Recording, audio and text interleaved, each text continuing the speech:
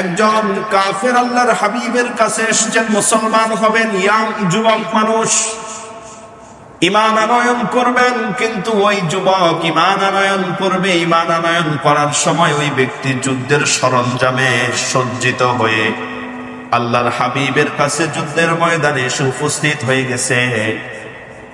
ঈমান আনয়ন করে না, এখনো মুসলমান হবে সে শুনতে পেরেছে আল্লাহর হাবিব সাল্লাল্লাহু আলাইহি সাল্লাম যুদ্ধের ময়দানে আছেন।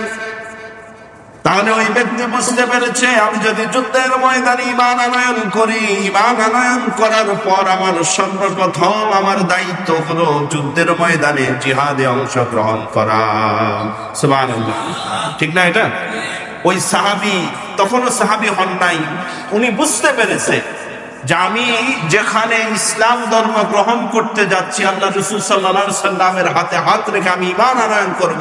উনি তো যুদ্ধের ময়দানে আছে, আমি যদি যুদ্ধের ময়দানে যাই তাহলে আমার ঈমান আনয়ন করার পর আমাকে যুদ্ধ করতে হবে, অথবা আগে আমাকে যুদ্ধ করতে হবে তারপর ঈমান আনয়ন করতে হবে।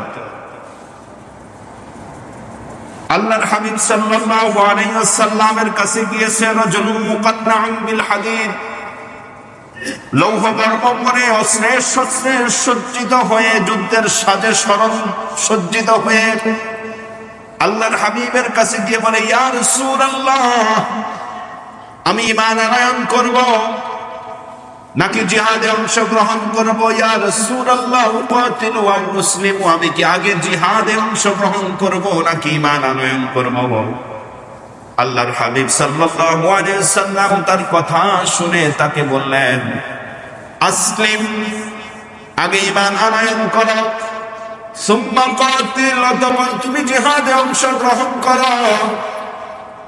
আগে জিহাদ করো তারপর ঈমান আনো, এই কথা আল্লাহর হাবিব বললেন না, কেননা ঈমান ছাড়া জিহাদের কোনো দাম নেই। তাই বললেন আসলিম, আগে ঈমান আনয়ন করো, সুম্মা কাতিল, এরপরে জিহাদে অংশগ্রহণ করো। বর্ণনাকারী সাহাবী বলেন, ওই সাহাবীকে, ওই নও মুসলিমকে আল্লাহর হাবিব যখন এই কথা বললেন, ওই ব্যক্তি সাথে সাথে ঘোষণা করে দিল, আশহাদু আল্লা ইলাহা ইল্লাল্লাহ ওয়া আশহাদু আন্না মুহাম্মাদান আবদুহু ওয়া রাসূলুহু। ফাসলামা, ঈমান আনয়ন করল। ঈমান আনয়ন করার পর আর দেরি করে নাই, সুম্মা কাতিল, অতঃপর জিহাদে অংশগ্রহণ করলো, জিহাদ করতে শুরু করে দিল। জিহাদ করতে করতে, সুম্মা কাতালা ফাকুতিলা, জিহাদ করতে করতে ওই ব্যক্তি শহীদ হয়ে গেল। যুদ্ধ চলতেছে যুদ্ধ শেষ হয়ে গেল, মুসলমানরা বিজয় লাভ করলো। যুদ্ধ শেষ হওয়ার পর আল্লাহর হাবিব সাহাবায়ে কেরামদেরকে নির্দেশ দিলেন, মুসলমানরা যারা শহীদ হয়েছে তাদের লাশগুলিকে একত্র করো। লাশগুলি একত্র করা হলো। আল্লাহর হাবিব সাল্লাল্লাহু আলাইহি ওয়াসাল্লাম শহীদদের চেহারার দিকে তাকাচ্ছেন এক একজন করে।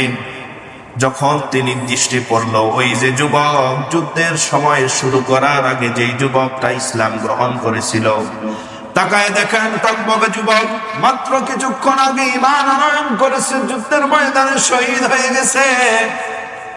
আল্লাহর হাবিব ওই যুবক সাহাবীর দিকে তাকায়া, তার চেহারার দিকে তাকায়া বললেন, আমিলা কলিলা ওয়া মুজিরা কাসীরা, এই সাহাবীর আমল অত্যন্ত কম, কিন্তু এর প্রাপ্তি পুরস্কার আল্লাহ তাআলার কাছে মহান পুরস্কার সে বুঝে নিয়েছে।